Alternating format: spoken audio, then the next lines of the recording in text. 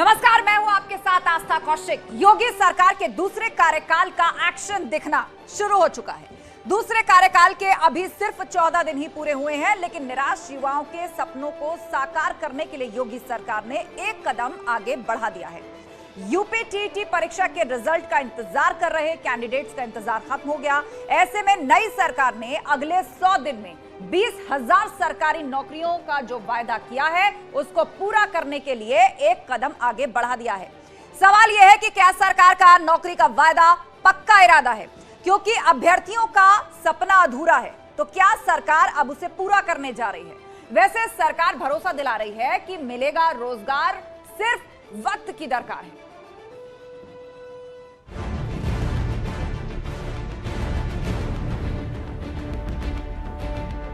योगी सरकार का master stroke. जैसा कि योगी जी ने कहते भी आए कि रोजगार देने का काम किया जाएगा, 100 दिन के अंदर 10,000 रोजगार दिया जाएगा। नौकरी का वादा, पक्का इरादा। उम्मीद यही कर रहे हैं कि इस बार योगी जी इस पे ध्यान दें और जो खाली पदे हैं उसको भरने की काम करें। सपना अधूरा, सरकार करेगी पूरा। हम सबकी एक मांग है, प्राथमिक शिक्षक भर्ती जारी हो। टीईटी का नतीजा, नौकरी में न भाई न भतीजा। ये बहुत खुशी की बात है कि 17,000 वैकेंसी सरकार देने की बात कर रही है और यूपी टीट का रिजल्ट आया है। इसके लिए आज हम लोग बहुत ही उत्साहित हैं। मिलेगा रोजगार, वक्त की दरकार। न्यूज 18 का खास शो देखिए, महाबहस।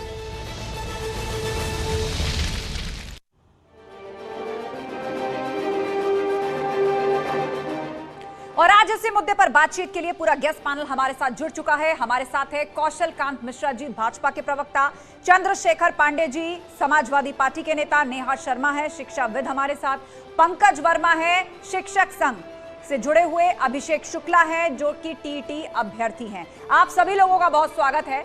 चर्चा को हम आगे बढ़ाएं, लेकिन उससे पहले कुछ तस्वीर अपने दर्शकों के लिए साफ कर देते हैं। सरकार का क्या वादा है और क्या इरादा है, इस पर बात कर लेते हैं। सरकार का दूसरा कार्यकाल शुरू हो गया है।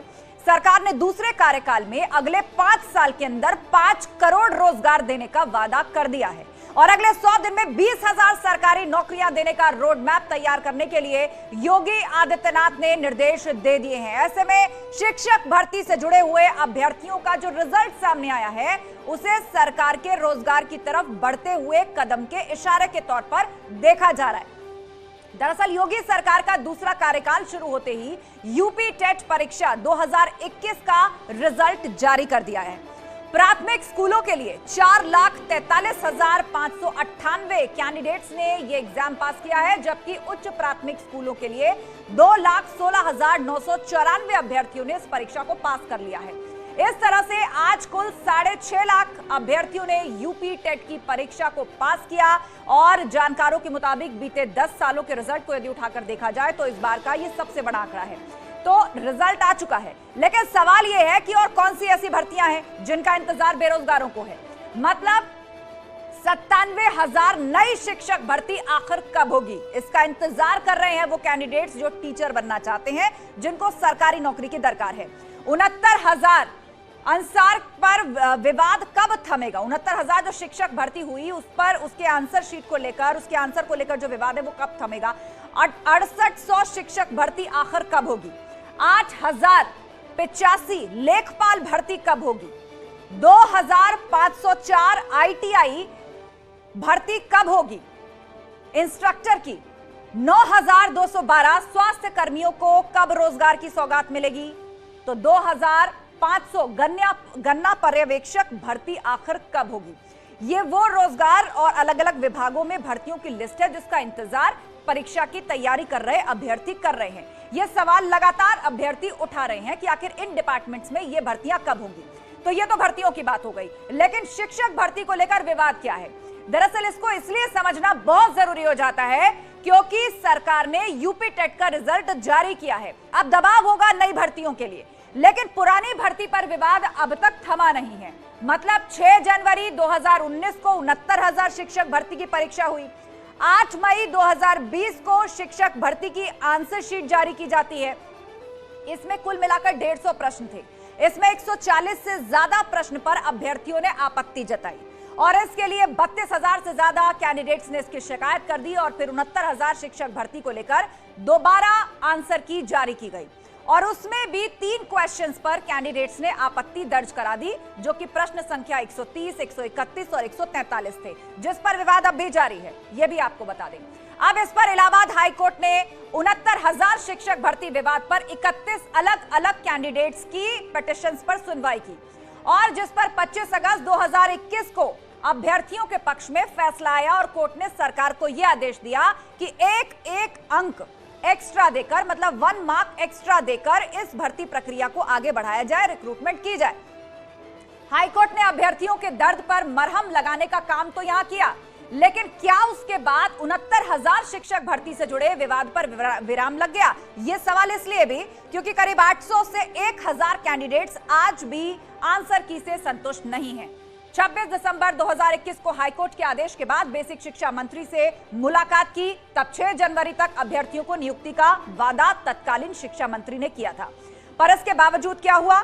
आश्वासन तो मिला, लेकिन न्याय अब तक नहीं हुआ। वैसे योगी सरकार अपने दूसरे कार्यकाल के 100 दिन का एजेंडा साफ कर चुकी है। सरकार ने अगले 100 दिन में 20,000 बेरोजगारों को रोजगार देने का वादा किया है। 50,000 रोजगार के अवसर भी सरकार देगी, लेकिन अगले 5 साल का लक्ष्य भी सरकार का है। विस्तार से बताएंगे अगले 5 साल के लिए सरकार ने रोजगार को लेकर क्या टारगेट रखा है। तो आज इसी मुद्दे पर बात करने के लिए पूरा गेस्ट पैनल हमारे साथ जुड़ा हुआ है। कौशल कांत मिश्रा जी है, प्रवक्ता बीजेपी के, हमारे साथ चंद्रशेखर पांडे जी, नेता एसपी, नेहा शर्मा है शिक्षाविद, पंकज वर्मा शिक्षक संघ से जुड़े हुए हैं, अभिषेक शुक्ला टीटी अभ्यर्थी। आप सभी लोगों का एक बार फिर से बहुत बहुत स्वागत है। लेकिन सबसे पहले सवाल कौशल कांत मिश्रा जी आपसे यही कि यूपी टेट का रिजल्ट तो आ गया, इंतजार सभी कैंडिडेट्स कर रहे थे। अब अगला सवाल यह है कि टेट तो क्वालिफाई कर लिया, एलिजिबल हो गए प्राइमरी टीचर नौकरी के लिए, पर अब नई भर्तियां कब निकलेंगी? और आप लोगों ने अपने 100 दिन के जो प्लान है उसमें शिक्षा के क्षेत्र में रोजगार का वादा किया है। देखिए, जो वादा किया गया है वो पूरा किया जाएगा और जो 100 दिन का वादा है उसमें जितनी भी नौकरी के बारे में बोला गया है वो किया जाएगा। अब ये कह देना कि एक रिजल्ट आया और इसके बाद सभी लोगों को नौकरी मिल जाए, ये एक प्रक्रिया है जो सुचारू रूप से आगे चलती रहेगी। और जैसा कि योगी जी ने कहा है कि 100 दिन पर, 6 महीने पर और साल दर साल हम अपना रिपोर्ट कार्ड हर चीज का प्रस्तुत करेंगे, जिसमें रोजगार एक बहुत बड़ा मुद्दा रहा है। पिछले इलेक्शन में बेरोजगारी एक बहुत बड़ा मुद्दा था, इसके अलावा महंगाई मुद्दा था, पर बेरोजगारी एक मुद्दा था जिसको पूरी तरह से कोशिश करके जो भी पॉसिबल रास्ते हैं, जो भी पेंडिंग वैकेंसी है, जो भी किसी भी कोर्ट के आदेश से रुकी हुई है या कहीं भी कोई लीगल बाउंडेशन है, उसको खत्म करके उन सभी को नौकरी दी जाने की कोशिश की जाएगी। और जितने भी अभ्यर्थी हैं उनको उनकी योग्यता के हिसाब से नौकरी देने की कोशिश की जाएगी। सिर्फ अभी मैं यही बोल सकता हूँ। क्योंकि ये सवाल बहुत आसान होता है, पर धरातल पे उतारने में, जैसे आपने खुद बताया कि बहुत सारे अभ्यर्थी कोर्ट चले जाते हैं, उनके अपने ग्रीवेंसेस होते हैं, मैं उस पर सवाल नहीं कर रहा हूँ, लेकिन जो एक प्रोसेस है लोकतंत्र में, एग्जाम के बाद हर अभ्यर्थी का अपना एक हक होता है, उसके बाद वो कोर्ट जा सकता है। उन सारी प्रक्रियाओं में जितना मैक्सिमम पॉसिबल तेजी से काम किया जा सकता है किया जाएगा। अगर पिछला कार्यकाल देखें, और पिछले कार्यकाल का उदाहरण इसलिए दे रहा हूं क्योंकि उसके पहले के लोग जो राजनीतिक दल थे, उन्होंने टोटल जो नौकरियां दी थी वो कुल 2.25 लाख दी थी। हमारे कार्यकाल जो पिछला गया उसमें 4.5 लाख सरकारी लोगों को नौकरियां दी गई और ये वही नौकरियां थी। ठीक है कौशल कांत जी, आप लगातार चुनाव में भी ये बात सब लोगों को जाके बता रहे थे कि लगभग 5 लाख के आसपास नौकरियां आपने दी हैं, और फिलहाल अब सरकार को जब दूसरा मौका जनता ने दिया है, भरोसा आप लोगों पर जताया है और आपने कहा भी है कि आने वाले 100 दिनों के अंदर 20,000 नौकरियां हम देंगे और अगले 5 साल तक इसको आप करोड़ तक ले जा रहे हैं, वो डेटा भी हम अपने दर्शकों के सामने रखेंगे। चंद्रशेखर पांडे जी हमारे साथ जुड़े हुए हैं, समाजवादी पार्टी के लीडर हैं। चंद्रशेखर जी, यूपी टेट का रिजल्ट आज आ गया है, 6.5 लाख कैंडिडेट्स ने क्वालिफाई किया, जो बीते 10 साल में सबसे बड़ा आंकड़ा है, और अब इसका अगला कदम है नौकरी। मतलब अब इतने टीचर्स प्राइमरी विंग में भर्ती होने जा रहे हैं, तो आपने बेरोजगारी को एक बड़ा मुद्दा बनाया था, आपको लग रहा है कि सरकार ने आते ही अब उस पर काम शुरू कर दिया है?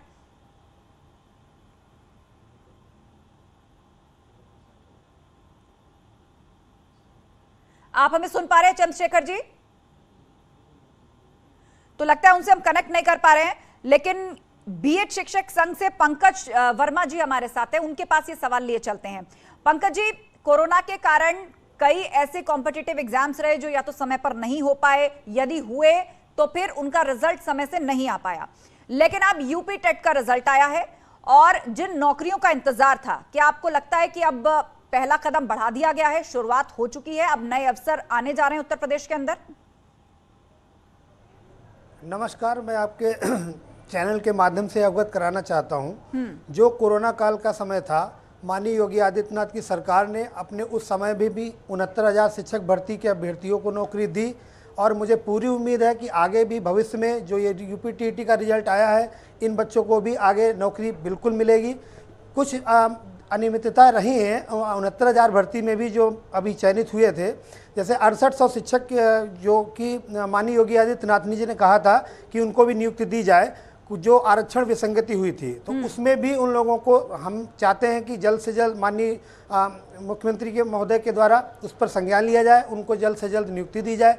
69,000 मुद्दे में भी अगर देखें, कुछ जैसे एक बीएड का यहाँ ब्रिज कोर्स का एक मुद्दा था, हम ये कह रहे हैं कि अभी आगे जो भी भर्ती आएंगी, लेकिन मैं चाहता हूं कि कोई भी भर्ती आगे कोर्ट में ना फंसे। कुछ मुद्दे ऐसे होते हैं, एक बड़ा सवाल भी है पंकज जी, यही बड़ा सवाल भी है कि हमने बीते कई सालों में देखा है उत्तर प्रदेश के अंदर जो भी बड़ी रिक्रूटमेंट होने जा रही होती है, मतलब जिसमें हजारों हजार वैकेंसीज हैं, किसी ना किसी तरह से मामला कोर्ट में पहुंच जाता है, या तो आंसर की को लेकर, कहीं पेपर लीक आउट को लेकर, कभी किसी क्वेश्चन को लेकर, खुद कैंडिडेट से कोर्ट में चैलेंज कर देते हैं, इसलिए भी भर्ती प्रक्रिया जो है वो लेट हो जाती है। बिल्कुल, मामला अगर देखा जाए तो ये एक तरीके से सरकार अपना सही काम कर रही है। जो 2.0 के अनुसार जो योगी आदित्यनाथ की सरकार है वो सही काम कर रही है, लेकिन कुछ अधिकारियों के द्वारा, कुछ पेपर सेटर्स के द्वारा, उनके द्वारा गलतियां कर दी जाती हैं, कुछ लूप होल छोड़ दिए जाते हैं आपका जो वहाँ पे आता है, इस वजह से ये समस्याएं होती हैं। जैसे 69,000 शिक्षक भर्ती में 2 साल के अंदर एनसीटी गाइडलाइन के द्वारा ब्रिज कोर्स का मुद्दा पूरा कर लेना चाहिए था। 2 साल होने जा रहे हैं, अभी तक मुद्दा नहीं पूरा हुआ। अभी कल को मामला फिर हाई कोर्ट में आ जाएगा, फिर यही होगा, फिर जो लोग नौकरी कर रहे हैं उनके सामने भी समस्याएं आ सकती हैं। तो ये सरकार को इन सब चीजों पर भी ध्यान देना चाहिए। ठीक है, अभिषेक शुक्ला जी जुड़े हुए हैं जो कि टीईटी के कैंडिडेट हैं। अभिषेक शुक्ला, आप क्या कहना चाहेंगे? टीईटी का रिजल्ट आया और रिकॉर्ड जो है वो संख्या में कैंडिडेट्स ने क्वालिफाई किया है, और अभी जिस चिंता को हम आगे रख रहे थे कि आखिर भर्ती प्रक्रिया जो है वो लेट क्यों होती है, उसके पीछे छात्रों के अपने भी ग्रीवांसेस होते हैं, वो कोर्ट में चैलेंज करते हैं, लेकिन अब यहां से आगे आपको लग रहा है कि अब रोजगार के रास्ते खुल रहे हैं? देखिए, सबसे पहले तो मैं सभी को प्रणाम करता हूं, न्यूज़ 18 को बहुत बहुत धन्यवाद देता हूं जिन्होंने मुझे यहां पे आने का मौका दिया। देखिए, यूपी टेट का आज रिज़ल्ट आया है। बहुत लंबे समय से यूपी टेट क्योंकि 2 बार हुआ है, आपको भी जानकारी होगी, अवगत होंगी आपकी। एक बार यूपी टेट की परीक्षा जो है वो लीक हो जाने के कारण रद्द कर दी गई थी, जो कि एक सरकार का बहुत बढ़िया निर्णय था। उसके बाद फिर सरकार ने बहुत ही तीव्र गति से यूपी टेट का दोबारा से पेपर कराया, और क्योंकि जैसा कि हम सभी जानते हैं कि यूपी में इलेक्शन था और इलेक्शन की वजह से थोड़ा सा डिले हो गया रिज़ल्ट आने में, लेकिन यह है कि आज हम लोगों के हाथ में रिज़ल्ट है। इसके लिए मैं सबसे पहले तो माननीय श्री योगी आदित्यनाथ जी को बहुत बहुत शुभकामनाएं और बधाई देता हूं, जिन्होंने जो है आज यूपी टेट का रिज़ल्ट घोषित किया सरकार द्वारा। अब आगे की चीज़ ये है कि देखिए, यूपी टेट तो क्लियर हो गया, अभी 3 साल से जो है सुपर टेट की कोई परीक्षा नहीं हुई है। 2018 में आखिरी परीक्षा हुई है। तो अब रोजगार क्योंकि एक अहम मुद्दा है, और पढ़ा लिखा व्यक्ति अगर रोजगार नहीं होगा तो वो करेगा क्या, और एक शिक्षक जो होता है वो समाज को बनाने का कार्य करता है। जी बिल्कुल, तो अभिषेक, क्योंकि आप खुद भी एक कैंडिडेट हैं, तो मैं आपसे जानना चाह रही हूं कि आपको लग रहा है कि ये जो सारे रिक्रूटमेंट प्रोसीजर है या जो एग्जाम है ये पूरी ट्रांसपेरेंसी से हो रहे हैं? इस बार तो किसी आंसर की या क्वेश्चन को लेकर प्रॉब्लम नहीं है, कोर्ट में तो कोई इसे चैलेंज नहीं कर देगा, क्योंकि आप इस एसोसिएशन से जुड़े हुए होंगे, उसके कारण भी प्रोसीजर लटकता है। जी नहीं, देखिए ऐसा है कि अगर आप ट्रांसपेरेंसी की बात करें तो ट्रांसपेरेंसी बिल्कुल है। अगर नहीं होती, देखिए आप देखिए यूपी टेट का जो पिछला अभी जो लीक हो गया था, उसको सरकार ने ऐसा नहीं किया कि उसमें कुछ जिलों में या कहीं पे भी जो है उन्होंने बैन किया हो, ऐसा कुछ नहीं। सरकार द्वारा एक अच्छा निर्णय था, उन्होंने पूरी भर्ती प्रक्रिया को कैंसिल कर दिया। उसके बाद नए सिरे से यूपी टेट की परीक्षा हुई है, तो ये एकदम फेयर परीक्षा हुई है। इसमें किसी भी तरीके का कोई भी निगेटिव चीज़ मैं नहीं कहूँगा। बस ये है कि अभी जिस हिसाब से परीक्षा हुई है, जिस हिसाब से रिजल्ट आ गया है, तो हर कैंडिडेट यही चाहता है, क्योंकि हम लोग देखिए घर से दूर और अपने परिवार को छोड़ करके और कहीं पे कोचिंग से पढ़ रहे हैं या कहीं पे सेल्फ स्टडी कर रहे हैं इतने टाइम से, देखिए बहुत सारा पैसा भी हम लोग लगाते हैं, एक एज लिमिट भी होती है। तो इन सबको देखते हुए अगर समय पे रोजगार नहीं मिलता है तो फिर वो दिक्कत करता है। तो मतलब वो अब आपको इंतजार है कि जल्द से जल्द जल्द अब भर्ती प्रक्रिया आगे बढ़े, मतलब अब रिक्रूटमेंट्स निकाली जाए प्राइमरी टीचर के लिए, जिनके लिए अब एलिजिबल हो चुके हैं वो कैंडिडेट्स जिन्होंने यूपी टेट को क्लियर किया है। नेहा शर्मा हमारे साथ हैं, शिक्षाविद हैं, पूर्व अधिकारी भी हैं भारत सरकार में। नेहा जी, यहाँ पर यह भी दावा किया जा रहा है कि ना सिर्फ ये एग्जाम बहुत ट्रांसपेरेंसी से कराए जाते हैं, पूरे प्रोसीजर में जो ट्रांसपेरेंसी है अब वो सिस्टम खत्म हो गया है। जब पहले सरकारी नौकरियां पाने के लिए रिश्वतखोरी चला करती थी, कुछ डिपार्टमेंट के मिले हुए लोग होते थे या कोई पॉलिटिकल इन्फ्लुएंस देखने को मिलता था, कोई भाई भतीजावाद नहीं, अब सिर्फ एलिजिबल और जो कॉम्पिटेंट कैंडिडेट है उसी को जॉब मिल रही है। जी देखिए, यहाँ पर मैं सबसे पहले एक बात कहूंगी, शिक्षा एक ऐसा क्षेत्र है जहाँ पर योग्यता के ही आधार पर सब कुछ किया जाना चाहिए, क्योंकि अगर शिक्षक योग्य नहीं हो गए तो किस तरह से वह हमारे देश को एक ऐसी पीढ़ी दे पाएंगे जिसके मजबूत कंधे पर हमारा भारत, जो हम विश्व में चाहते हैं कि हमारे देश का परचम बिल्कुल ऊंचा लहराए, वो करवा पाएंगे। तो योग्यता जब तक नहीं है शिक्षक की, तब तक वो जो कक्षाओं में जो बच्चे आ रहे हैं उनको तैयार ठीक से नहीं कर पाएंगे। तो योग्यता बिल्कुल हर तरीके से पहला पैमाना होना चाहिए। और साथ में ये भी जरूरी है कि जब हम ये योग्यताओं की बात करते हैं तो जो डिले होता है, जो ये रुकावट आती है बार बार इस तरीके की प्रक्रिया, ये क्यों आती है? नेहा जी समझाइए, ये क्यों आती हैं, इसका कारण क्या है? क्या ठीक से ऑर्गेनाइज नहीं करा पाते इतने बड़े एग्जाम्स, या इसमें भी कोई करप्शन होता है? क्यों होते हैं प्रोसीजर डिले?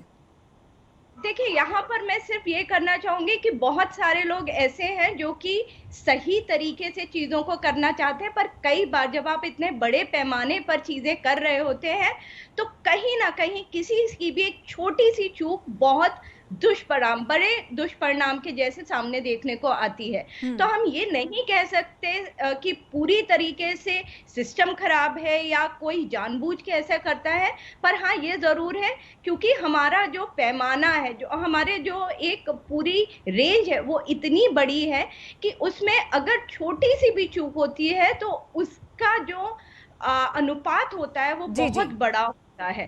तो मेरे को लगता है कि इसमें हमें सिस्टम में जहां जब सही हो गया उसको आगे लेते हुए तुरंत आगे बढ़ना चाहिए, क्योंकि कई स्कूल ऐसे हैं जहां बिल्कुल बहुत सारे स्कूल्स ऐसे हैं, दूर दराज आप गांव में जाइए जहां पर ये टीचर्स की वैकेंसी है, वो पद खाली पड़े हैं और इंतजार इसी बात का है कि भाई रिक्रूटमेंट जल्द पूरी हो तो उन टीचर्स को वहां पर पोस्ट किया जाए। चंद्रशेखर पांडे जी भी हमारे साथ जुड़ गए हैं, एसपी लीडर। चंद्रशेखर जी, सारे गेस्ट ने अपनी अपनी राय रखी और भाजपा की तरफ से भी यही कहा गया कि जी रोजगार की शुरुआत तो हो चुकी है, चुनाव ने आपने भी बड़ा मुद्दा रोजगार को लेकर के बनाया था, यूपी टेट का रिजल्ट आ गया है, अब जल्दी नई भर्ती प्रक्रिया शुरू होगी। तो आपको लग रहा है कि सरकार जो है अब रोजगार के मुद्दे पर आते ही जो सबसे पहले काम शुरू उसने किया है उसमें रोजगार और नौजवानों का अवसर, ये बहुत महत्वपूर्ण है?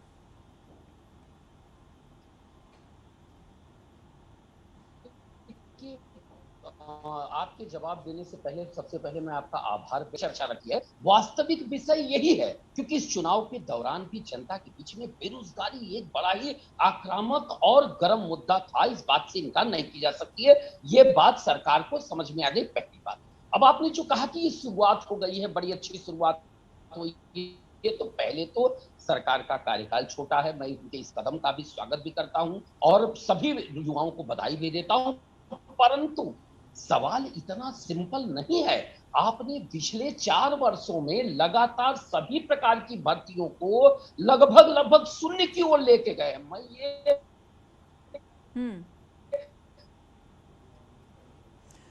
चलिए, तो फिलहाल कनेक्ट नहीं हो पा रहे हैं, लेकिन कौशल कांत जी जो विषय उठाना चाह रहे थे सपा की तरफ से चंद्रशेखर पांडे, वो यही कि बीते 4 सालों का बैकलॉग बहुत ज्यादा है, आपने लगभग 0 कर दिया था रिक्रूटमेंट, और कहीं ना कहीं विपक्ष ने इस मुद्दे को जोर शोर से उठाया, इसलिए आप दबाव में आए और यही वजह है कि आते ही सबसे पहला काम आपने रोजगार पर ही शुरू किया है। ये तो खुश हूं कि कम से कम विपक्ष होने के बावजूद वो ये तो कह रहे हैं कि हमने रोजगार पे काम तो शुरू किया, पर जो उन्होंने कहा कि हमने जो रोजगार शून्य कर दिया था उस पे मैं पहले भी बता चुका हूं, दोबारा दोहराना नहीं चाहता हूं कि अगर हमारे पहले जो योगी कार्यकाल नंबर 1 था, उसको अगर हम समाजवादी पार्टी और बसपा के दोनों को मिला लें तो उन्होंने कुल 2.25 लाख सरकारी नौकरियां दी थी, हमने 4.5 लाख दी। उसके अलावा हमने संविदा पे करीब करीब 4.25 लाख नौकरियां दी। अगर आंकड़े देखे जाएं, सरकारी नौकरी ही रोजगार नहीं होता, पहले तो ये समझना पड़ेगा।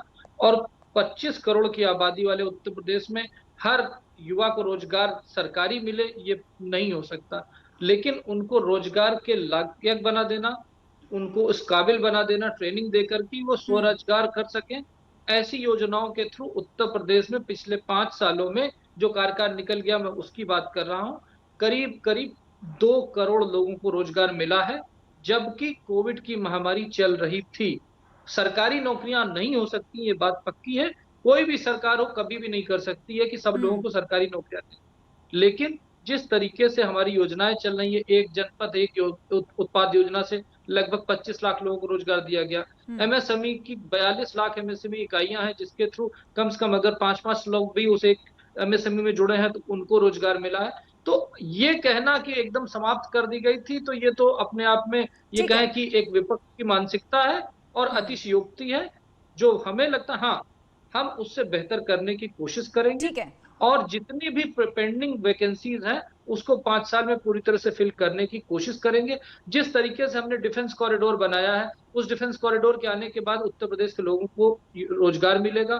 आप ये समझिए, उत्तर प्रदेश मोबाइल प्रोडक्शन में हिंदुस्तान का नंबर 2 पे प्रदेश आ चुका है। वो नौकरियां कहाँ जाएंगी? वो उत्तर प्रदेश के लोगों को मिलेंगी। कुल मिलाकर आप जनता को आश्वस्त कर रहे हैं कि आने वाले 5 साल में उनके लिए बहुत से अवसर खुलने वाले हैं, चाहे वो सरकारी नौकरियों से जुड़े हुए हो, प्राइवेट सेक्टर की अच्छी नौकरियां हो, कॉन्ट्रैक्चुअल बेस्ड नौकरियां हो या फिर स्वरोजगार के अवसर हो। पंकज वर्मा जी, आप इस बात से कितना इत्तेफाक रखते हैं? चूंकि आप बीएड शिक्षक संघ से हैं और ज्यादातर लोग जो टीचर बनना चाहते हैं वो सभी सरकारी नौकरी करना चाहते हैं, लेकिन सरकार ये मानती है कि इतनी बड़ी पॉपुलेशन है, पूरे भारत को यदि आप उठा करके देख लीजिए तो हर किसी के लिए सरकारी नौकरी उपलब्ध नहीं हो सकती, लेकिन हाँ, रोजगार या किसी ना किसी काम से तो जोड़ना होगा।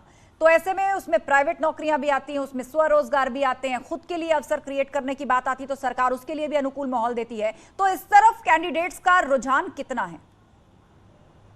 वैसे मैं माननीय भाजपा प्रवक्ता की बात से बहुत सहमत हूं। इस बात को लेकर वो कह रहे हैं कि कोविड के समय माननीय योगी आदित्यनाथ सरकार ने जो रोजगार दिए वो वाकई काबिले तारीफ हैं। इस पर पूरा समाज इस बात को लेकर अपनी बात मानता है यहाँ पर। लेकिन एक बात मैं प्रवक्ता जी को मैं जरूर बताना चाहूँगा यहाँ पर कि जो शिक्षकों के ट्रांसफ़र की समस्या है, ट्रांसफ़र और म्यूचुअल जो होने हैं, इसके अलावा कुछ समस्याएं शिक्षकों की ऐसी हैं जो एक प्रमोशन की मुद्दा है। बहुत से ऐसे विद्यालय, आपको बता दें, ऐसे विद्यालय हम जहाँ पे चयनित हैं वहाँ से करीब 1 किलोमीटर की दूरी पर जूनियर हाई स्कूल के विद्यालय में कोई भी एक भी टीचर अवेलेबल नहीं है।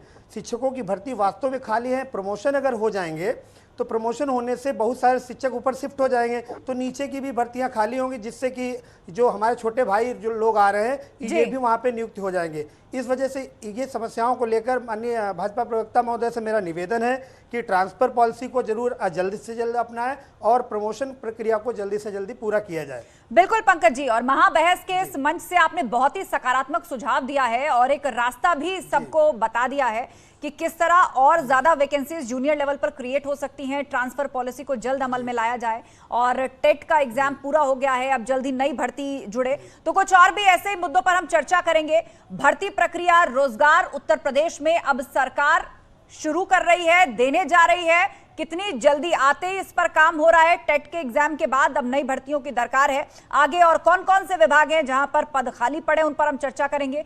सभी मेहमान हमारे साथ जुड़े रहेंगे। एक छोटे से ब्रेक का यहां वक्त है, जल्द लौट रहे हैं।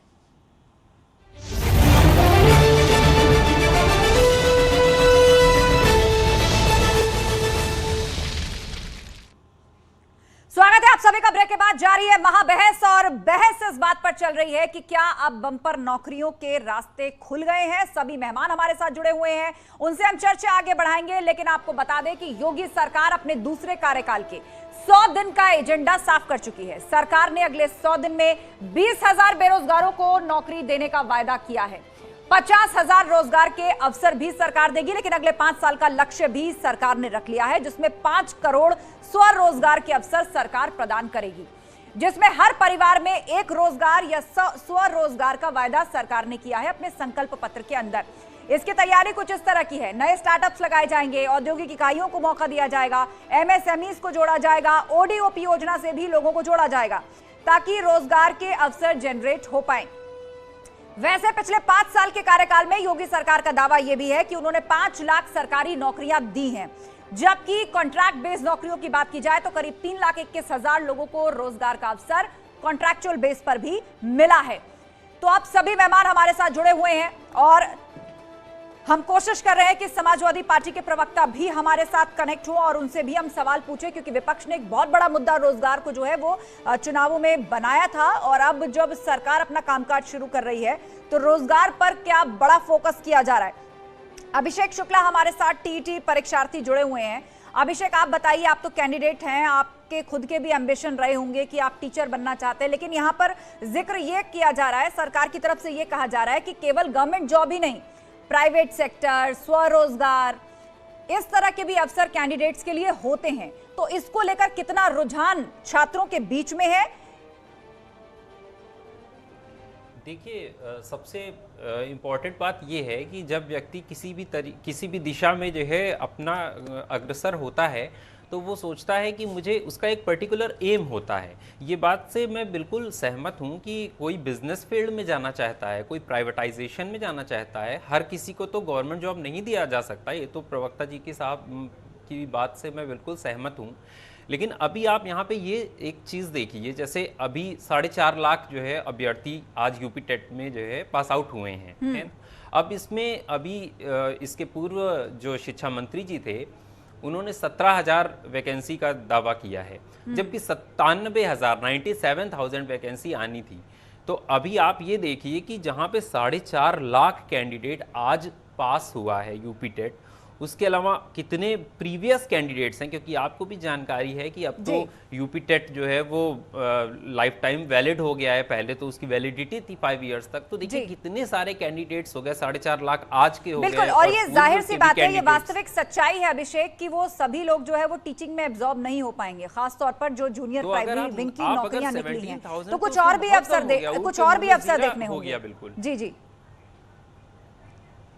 कहाँ 97,000 और कहाँ 17,000, ये तो बहुत कम हो रहा है। मैं तो आपके चैनल के माध्यम से और सरकार को भी यही कहना चाहूँगा कि एटलीस्ट 17,000 तो बिल्कुल मतलब बहुत कम है। 97,000 जो कि बढ़ती है, इसको एटलीस्ट उनको निकालना चाहिए।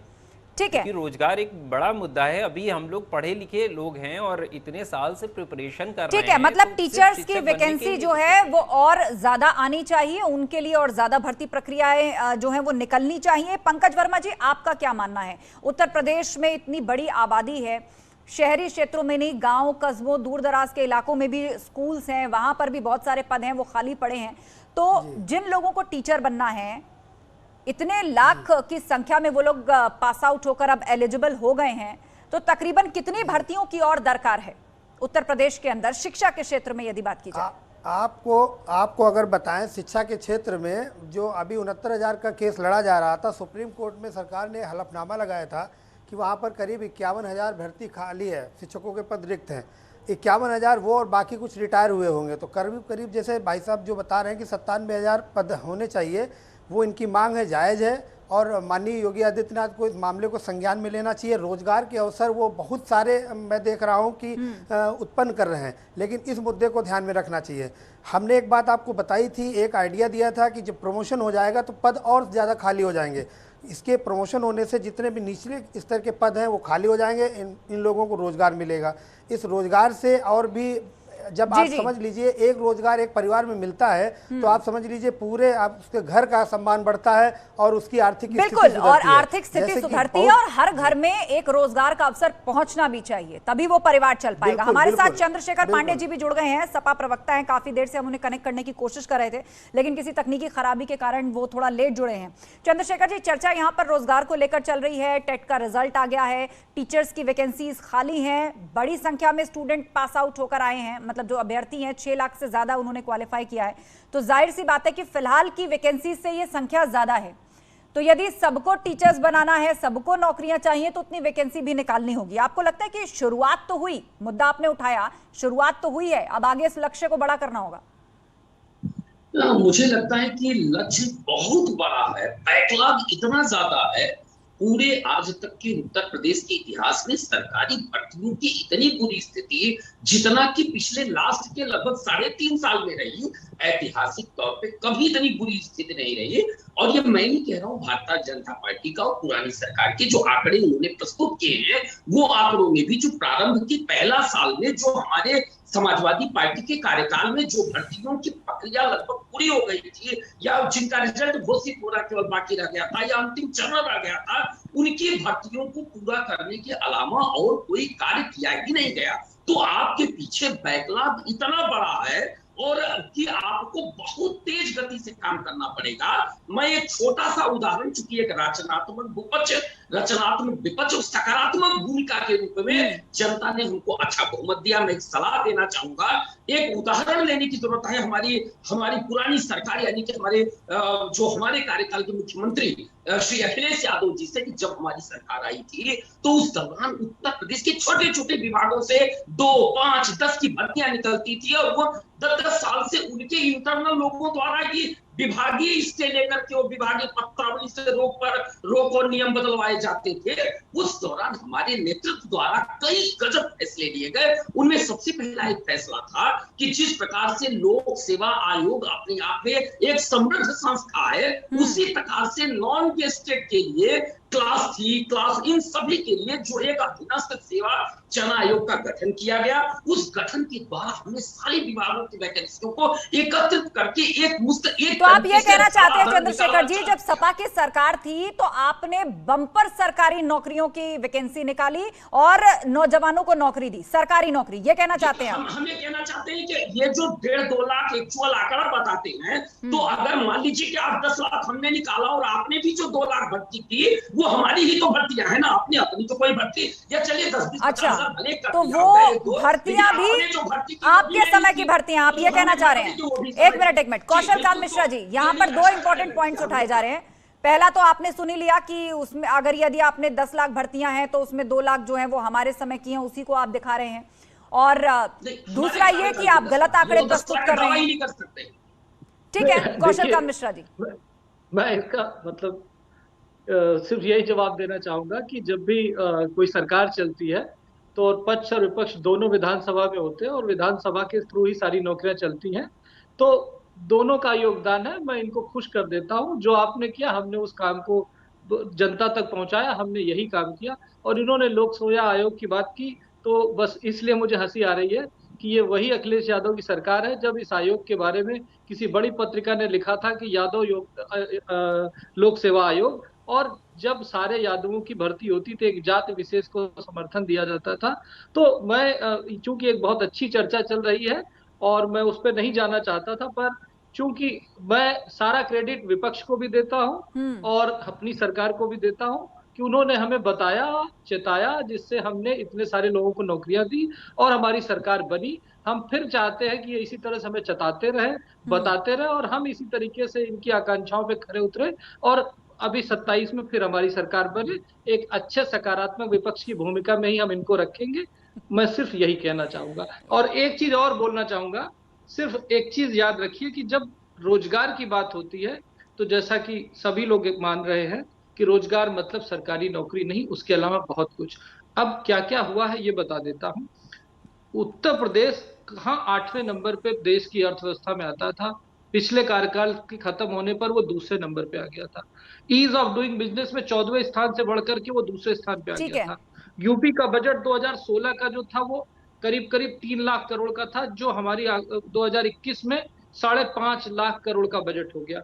और 2016 में जो कुल निवेश हुआ था 2016 में वो 25,000 करोड़ का केवल हुआ था और 5 साल के यूपी के कार्यकाल में। ठीक है कौशल कांत जी, आपने विस्तार से सरकार के आंकड़े रख दिए, लेकिन चंद्रशेखर जी यहाँ तो ये कहा जा रहा है कि ऐसा चेताना तो आप बार बार करिए, ये तो सूट कर रहा है हमें, ऐसे ही रचनात्मक विपक्ष की भूमिका निभाइए। 2027 में भी विपक्ष में बैठेंगे आप? मैं जनता जनार्दन का आभार व्यक्त करूंगा कि उन्होंने कम से कम हमें रचनात्मक विपक्ष में और इस योग्य बना रखा है कि हम चेता सकते हैं। और मैं धन्यवाद देता हूँ, आभार व्यक्त करता हूँ कि भाई का उन्होंने ये कहा कि हम आपको रचनात्मक विपक्ष में रखे हुए हैं। मैं एक बात आपको स्पष्ट कर दूं, 27 में क्या होना है ये ना ही हमारे कौशल भाई तय करेंगे, ना ही भारतीय जनता पार्टी तय करेगी, ये जनता जनार्दन तय करता है। जनता जनार्दन यदि तय कर लेगी कि भारतीय जनता पार्टी को रचनात्मक विपक्ष में रखना है, तो भारतीय जनता पार्टी को रचनात्मक विपक्ष की भूमिका में आना पड़ेगा। और इस गंभीर मुद्दे पे मैं आपको बता दूं एक बात कि जो मैंने अभी कहा कि अभी कई बार से वार्ता चल रही थी कि रोजगार सिर्फ सरकारी नौकरी नहीं, बिल्कुल मैं सहमत हूं, लेकिन ध्यान रखिए कि दुनिया में कहीं भी कम से कम जैसे पुलिस, जैसे सेना, जैसे रेलवे, जैसे स्वास्थ्य सुविधाएं, जैसे प्रशासनिक व्यवस्था, जैसे शिक्षण संस्थान, इस तरीके से जो मूल आवश्यकताएं हैं, जहां पे जनता जनार्दन अपने आप को निर्भर पाती है, उन जगहों पे आपको सरकारी व्यवस्था रखना ही पड़ेगा। एक छोटा सा उदाहरण देके मैं आपको समझाना चाहूंगा कि क्या उत्तर प्रदेश या भारत सरकार का कोई भी चुनाव से लेकर के कोई भी महत्वपूर्ण काम, चाहे आपका डाटा कलेक्शन हो, चाहे ईमानदारी से अगर कोई बड़ा काम करना है, तो क्या बिना सरकारी कर्मचारी के, बिना शिक्षक के, बिना स्वास्थ्य कर्मी का करा सकते हैं? ठीक है, कुल मिलाकर चंद्रशेखर जी आप ये कहना चाह रहे हैं कि विभाग और भी हैं, उन पर भी सरकार निगाह रखे, उनके लिए भी जल्द से जल्द अवसर आए। कौशल कांत जी बताइए, शिक्षा के क्षेत्र में तो टीचर्स की भर्ती अब निकलेगी, इसकी आस बढ़ गई है, लेकिन बहुत सारे विभाग भी हैं जिनका नाम चंद्रशेखर जी ने लिया है, वहां पर भी वैकेंसीज खाली हैं। अब उनके लिए क्या सोच रही है सरकार, कब तक? देखिए, आपने सुना होगा, आपने अपनी रिपोर्ट में भी बताया कि 5 साल में हमारा टारगेट है 5 करोड़ लोगों को रोजगार देना, यानी कि लगभग हर परिवार से एक आदमी को रोजगार देना, जिसमें सरकारी नौकरी भी होगी। और सरकारी नौकरियां सिर्फ टीचर में नहीं है, वो सारे सेक्टर्स में है। और नए सेक्टर्स जो खुले हैं, जो नया इन्वेस्टमेंट हुआ है प्राइवेटाइजेशन की वजह से, जो सरकार आ रही है, जो नौकरियां आ रही हैं, जो डिफेंस कॉरिडोर बना उसकी नौकरियां आ रही हैं, जो मोबाइल प्रोडक्शन बढ़ा उसकी नौकरियां आ रही है, जो वन डिस्ट्रिक्ट वन प्रोडक्ट योजना है उसकी जो नौकरियां आ रही हैं, ये सारी नौकरियों का ऑब्जेक्टिव ये है कि प्रदेश के हर घर से उसके परिवार का कम से कम एक आदमी स्वरोजगार या सरकारी नौकरी या किसी भी तरह पे सेल्फ सफिशिएंट हो जाए, जिससे वो पूरा परिवार और पूरा प्रदेश का परिवार आगे बढ़े। यही हमारी कामना है और हम इसी कामना के साथ आगे बढ़ेंगे। और मैं अपने विपक्ष का धन्यवाद आप वादा कर रहे हैं कि इस दिशा में जो है सरकार सोचना और करना छोड़ेगी नहीं। अभी तो ये शुरुआत भर है और आने वाले 5 साल में जो आपने बड़ा टारगेट रखा हुआ है 1 करोड़ से ज्यादा नौकरी देने का, वो जल्द से जल्द पूरा होता नजर आएगा, समय से पूरा होगा, कोई भर्ती लटकेगी नहीं। नेहा शर्मा हमारे साथ जुड़ी हुई है, एकेडमिक एक्सपर्ट। नेहा जी बताइए कि ये बहुत बड़ा वादा है कि आने वाले 5 साल में 1 करोड़ से ज्यादा नौकरी उत्तर प्रदेश के अंदर दी जाएगी अलग अलग विभागों में। भारत की दृष्टि से यदि देखा जाए तो क्या इतना बड़ा अवसर या अपॉर्चुनिटी अभी तक कहीं जनरेट हुई है? सरकार ने पूरी की है? छात्रों को नौकरी मिली है?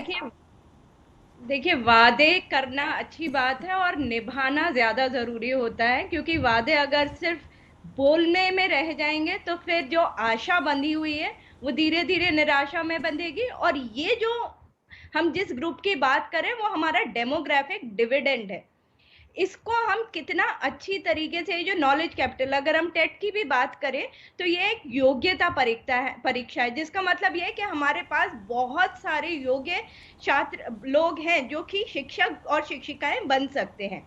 अब यहाँ हमारा फेलियर तब होगा जब हम इनको इनकी योग्यता के अनुसार हमारे देश का भविष्य गढ़ने में नहीं लगा पाएंगे। और अगर हम ऐसा नहीं कर पाएंगे तो इसका फिर जो आगे आक्रोश होगा इन लोगों में, उसको संभालना किसी के लिए भी मुश्किल हो जाएगा। तो मैं यहाँ पर ये कहूंगी कि ये जो हमारा डेमोग्राफिक डिविडेंड है, हमारी सरकारों को चाहिए कि इसका अच्छी तरह से प्रयोग करें। देश की बढ़ोतरी में, देश को आगे बढ़ाने में इनको अगर हम प्रयोग करने से चूक गए, इनका हम सदुपयोग, तो हमें परेशानी आगे देखने को मिलेगी। अभिषेक शुक्ला जुड़े हुए हैं, टीटी कैंडिडेट हैं। अभिषेक बताइए कि इससे पहले भी जो भर्तियां हुई हैं काफी सारी शिकायतें रही, कहीं रिजर्वेशन कोटे को लेकर शिकायत रही, कहीं आंसर की गलत है, प्रश्न गलत है, इस तरह की शिकायतें रहती हैं, आंदोलन होते हैं। एक अनसेटिस्फाइड ग्रुप हमेशा रहता है। आप कोई भी कॉम्पिटिटिव एग्जाम अगर ऑर्गेनाइज करते हैं, मान लीजिए 10 लोगों ने पेपर दिया, सिलेक्शन 4 लाख का हुआ, लेकिन बचे हुए 6 लाख अगर यूनियन बनाकर सड़क पर उतरेंगे, कोई ना कोई ग्रीवांस रखेंगे, कोर्ट में ले जाएंगे, तो भर्ती तो कोई भी अटकेगी ही ना। देखिए, इसमें मेरा मानना ये है कि देखिए, एक अगर हम शिक्षक भर्ती की बात करें, अगर हम बिल्कुल स्टार्टिंग से अगर देखते हैं, तो सबसे पहले हम लोग अपनी कॉलेज लाइफ, स्कूल लाइफ ख़त्म करके उसके बाद हम लोग बीएड, बीटीसी या डीएलएड करते हैं एक शिक्षक भर्ती मतलब शिक्षक बनने के लिए बेसिक में। फिर उसके बाद हम लोग टीईटी देते हैं, टीईटी या सेंट्रल टीईटी देते हैं, और उसके बाद हम लोग सुपर टेट देते हैं। तो ये तो पूरी प्रक्रिया हो गई, और इस प्रक्रिया में ऑलरेडी एक समय लगता है, क्योंकि बीटीसी बीएड में भी काफ़ी टाइम लगता है, टीईटी में भी टाइम लगता है। फिर अभी जैसे कि मैं टीईटी करके बैठा हूँ, अभी सुपर टेट आने में समय लगेगा, उसके बाद उसका रिजल्ट, ये एक लंबी प्रक्रिया है। लेकिन प्रॉब्लम पता है वहाँ पे आती है, प्रॉब्लम एक्चुअली ये है कि जब मामला कोर्ट में जाता है। देखिए, कोर्ट में क्या आप पूर्ववर्ती सरकारों में भी देखिए, या किसी भी सरकार की बात नहीं है, लेकिन आप अगर इसके प्रीवियस भी जितनी भी शिक्षक भर्ती हुई है, अगर उसको आप देखिए 68,000 है, तो देखिए कहीं ना कहीं हर भर्ती एट लास्ट कोर्ट में पहुंच जाती है, और वो कहीं ना कहीं लटकी रहती है एक लंबे समय तक। ये बताइए, क्या बीते 5 साल में ये भर्तियां लटकी हैं जो कोर्ट तक पहुंची हैं, या फिर ये पैटर्न रहा है उत्तर प्रदेश के अंदर? नहीं, मुझे तो ऐसा लगता है कि यूपी में आप चाहे इसकी पूर्ववर्ती सरकारों में देखिए 72,000 बहुत लंबे समय तक लटकी रही, उसके बाद फिर प्रक्रिया आगे बढ़ी। तो कहने का मतलब ये कि कहीं ना कहीं एक सिस्टम, इसमें थोड़ा सा सुधार की आवश्यकता है, क्योंकि हम लोग शिक्षक बनने के लिए ऐसा नहीं कि कोई नौकरी नहीं मिल रही है तो चलिए शिक्षक बनना है, ऐसा कुछ नहीं है। एक एम भी होता है कि हमें प्राइमरी का शिक्षक बनना है, हमें बच्चों को ज्ञान देना है, हमें बच्चों को पढ़ाना है, हमें अपने नेशन को बिल्ड करना है। तो ऐसा नहीं है कि कहीं कुछ नहीं मिल रहा है तो शिक्षक बन जाए। किसी का एम भी होता है कि हमें प्राथमिक प्राइमरी टीचर बनना है। तो ये आपने इंपॉर्टेंट पॉइंट उठाया है कि बहुत से लोगों का एम होता है कि हमें टीचिंग में ही जाना है या हमें टीचर ही बनना है, लेकिन इसके साथ साथ पंकज वर्मा जी, आप इस बात को कैसे समझाएंगे कि बहुत सारे ऐसे कैंडिडेट होते हैं जो यूपीएससी की प्रिपरेशन कर रहे हैं या स्टेट पीसीएस की प्रिपरेशन कर रहे हैं, वो भी साथ साथ ऐसे एग्जाम्स देते हैं, अपने लिए बैकअप रखते हैं, तो कहीं ना कहीं नंबर ऑफ कैंडिडेट्स भी बढ़ते हैं।